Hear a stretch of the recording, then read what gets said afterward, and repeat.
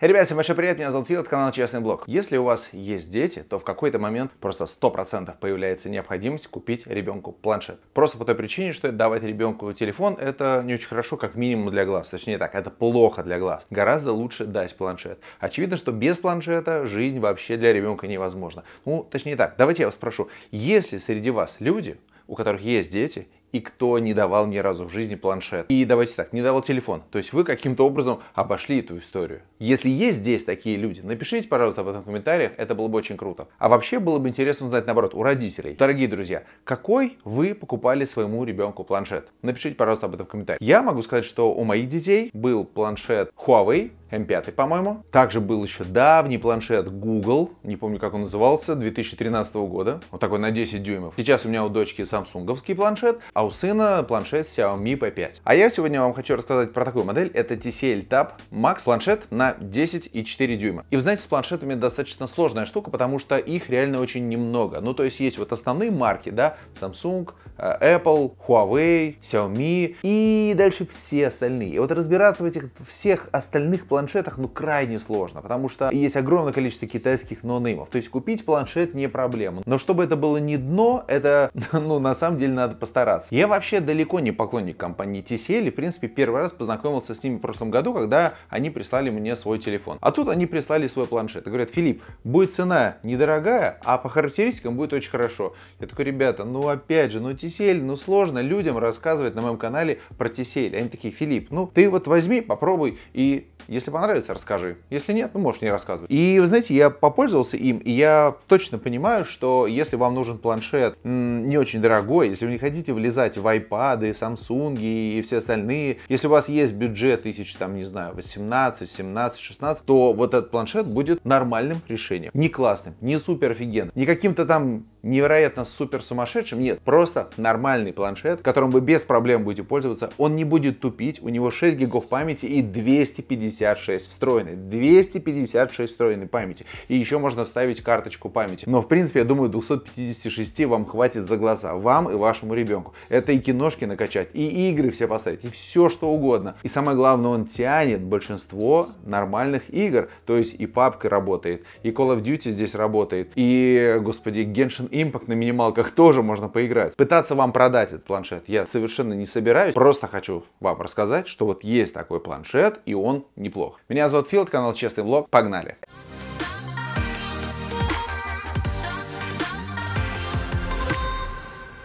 Ну, понятное дело, что я вам рекомендую перейти вниз по ссылочке и посмотреть на этот планшет, в принципе, почитать спецификации, почитать отзывы людей, тем более, что сейчас на AliExpress акция на них. И, соответственно, есть сейл, есть приятная цена и все остальное. Кратенько пробегусь по основным моментам, которые нас должны волновать. Первое, это диагональ 10,4 дюйма. Это хорошая диагональ, при этом планшет небольшой. Здесь и рамки небольшие, он и весит 476 граммов. Он не толстый, 7,6 мм толщина, сзади такая пластиковая крышка, он хорошо лежит в руке, не выскользнет.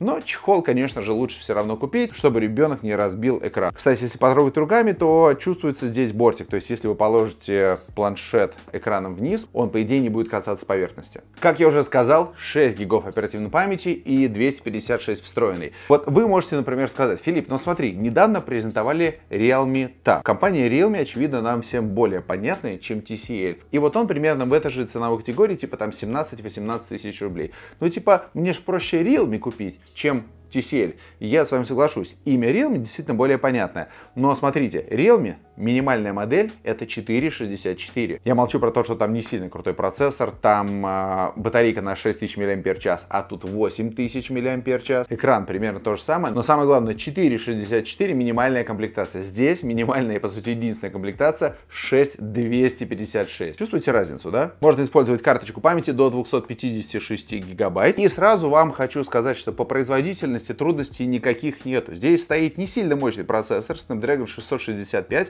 В Antutu он выдает 220 тысяч баллов. И когда запускаешь второй раз, он выдает примерно столько же тысяч баллов. И третий раз тоже. То есть у него тротлинга нет. Мало того, я сейчас показываю скриншотик тротлинг теста. Он на самом деле практически не тротлит. И еще что мне очень понравилось, это работа аккумулятора. Потому что за время прогона Antutu он нагрелся всего лишь на 0,2 градуса. на 0,2 градуса. Представляете? Обычно смартфоны прибавляют 6-7 градусов, здесь 0,2, и он потерял всего лишь 2% аккумулятора. Обычно за прогон Antutu смартфон теряет порядка 5%. И так как здесь большой аккумулятор и малый расход, соответственно, вы будете заряжать этот планшет раз в несколько дней, и проблем никаких не будет. Единственная грустная вещь — это зарядка здесь 18-ваттная. Можно сказать, что она быстрая, но в целом, конечно же, полностью заряжается смартфон за 3 с лишним часа. Практически 3,5 часа зарядки. И вы этот момент никак не сможете ускорить, даже если возьмете какое-нибудь более быстрое зарядное устройство. При том, что на 80% он заряжается за 2 часа, а полностью за 3 с лишним. То есть мы с вами вот что должны понимать. Этот планшет будет нормально работать. Он не будет тормозить. Это вот самое главное. Потому что когда мы покупаем бюджетное устройство, мы такие, ну, понятное дело, там будут, конечно, тормоза, все. Здесь проблем нету. Он не летает, да, это не Galaxy Tab S7 и S8, но он работает хорошо. Ну, то есть нормально, вы дадите его ребенку, и у него ничего не будет тормозить. Он не будет переживать то, что у него какие-то лаги и так далее. Главное, если он будет играть в PUBG и все остальное, не надо просто вставлять максимальные настройки, и все будет отлично. Вот в Call of Duty я сейчас играю, выставил нормальные настройки, и все нормально играется, и планшет не сильно нагревается. Еще раз скажу, что с тротлингом у него все хорошо. Так что можете быть уверены, друзья, что вот за цену 18 тысяч рублей это одно из самых вот технически нормально оформленных устройств по количеству памяти, по производительности, по размеру аккумулятора. Здесь у нас стоит 11 Android и стоит фирменная оболочка от TCL. Я опять же с ней знакомился, когда я тестировал их телефон. Ну, как бы оболочка. Ничего в ней такого интересного, сильного нету.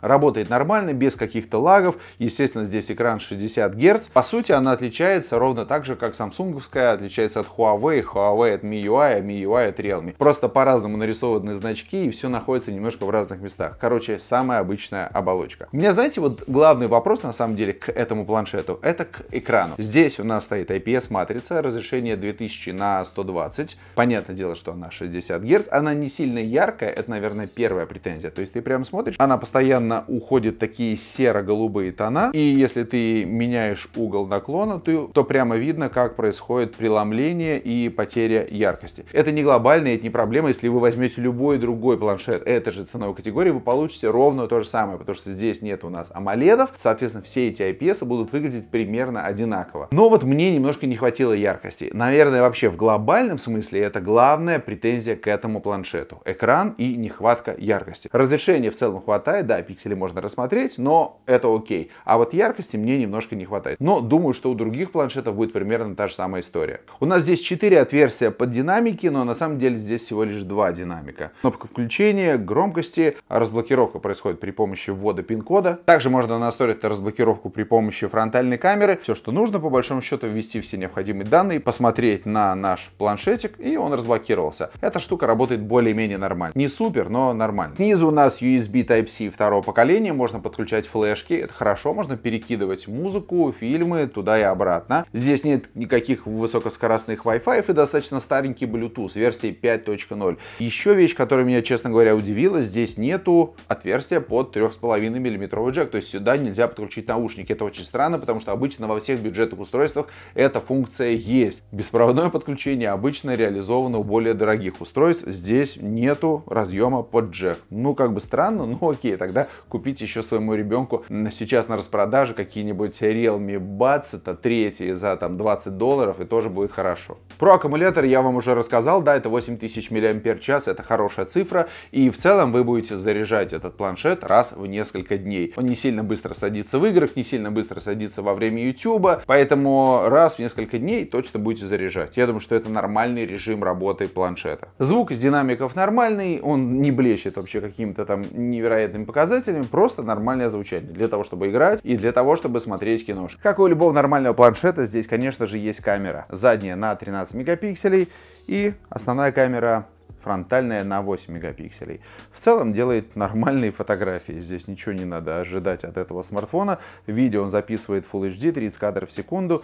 Здесь не надо ждать какого-то невероятного качества. Просто фотографии для того, чтобы вы могли общаться, для того, чтобы вы могли делать селфи и снимать видосы. Видео Full HD, 30 кадров в секунду. Стабилизации нет. Все-таки еще раз я напомню, да, это бюджетное решение. Тут не надо от него ждать чего-то невероятного и не надо ждать, что здесь будет какой-то топ за свои деньги. Нет, это просто нормальное устройство, которым можно пользоваться, которым можете пользоваться вы, которым может пользоваться ваш ребенок. Он будет отвечать вот этой цене в 18 тысяч рублей. Кстати, то, что этот планшет заточен под детей, видно сразу, когда ты запускаешь, потому что внизу есть некое приложение, которое называется Kids Learning, которое как раз имеет отношение к TCL, обучалка некая, здесь надо зарегистрироваться. Ну, я думаю, что ваш ребенок сам знает, какие приложения сюда надо установить, чтобы все было у него хорошо. И это, видимо, все-таки будет не обучалка, а что-то другое. Но для обучения этот планшет тоже, конечно же, можно использовать. Ну и вообще, знаете, я вам очень сильно рекомендую сделать так, чтобы ребенок пользовался планшетом, но это все происходило под вашим руководством. Чтобы вы могли следить за тем, что делает ребенок, надо просто настроить Family аккаунт. Посмотрите, здесь есть такой раздел «Цифровое благополучие» и «Родительский контроль». И вот вы как раз-таки должны быть тем родителем, который осуществляет контроль. То есть заходите сюда, здесь надпись «Родительский контроль», нажимаете ее. Здесь вот надпись «Настроить родительский контроль для другого ребенка». Нажимаете и устанавливаете Google Family Link. И дальше вы можете полностью следить за тем, что делает ребенок, сколько он играет, какие приложения устанавливает. Вы можете ограничить по времени, только час работы планшета в целом. Или каждую конкретную программу вы можете тоже ограничить. Я более-менее с этим разобрался со своими детьми. Поэтому, если нужно, чтобы я записал вот такое некое обучающее видео, как настроить Family Link, напишите, пожалуйста, об этом в комментарии. Я думаю, что всем родителям будет это очень полезно. В целом, наверное, все. Не хочу вас закидывать еще какой-то информацией. Он нормально работает, он нормально выглядит, у него нормальный экран, он нормально звучит, у него окей производительность, он стоит нормально денег. И сейчас происходит сейл. Ну, по большому счету, это все, что нам нужно знать. Внизу переходите по ссылке, там вся информация об этом планшете, захотите приобретать, приобретайте. Посмотрите еще обзоры других ребят на YouTube, потому что за эти дни появилось энное количество обзоров, вы можете как раз посмотреть, что люди рассказывают об этом планшете. На этом все, большое спасибо за то, что посмотрели это видео, подписывайтесь на канал, здесь я рассказываю правду о гаджетах, которыми я пользуюсь. Меня зовут Фил, это честный блог, не болейте. Всем счастливо, пока.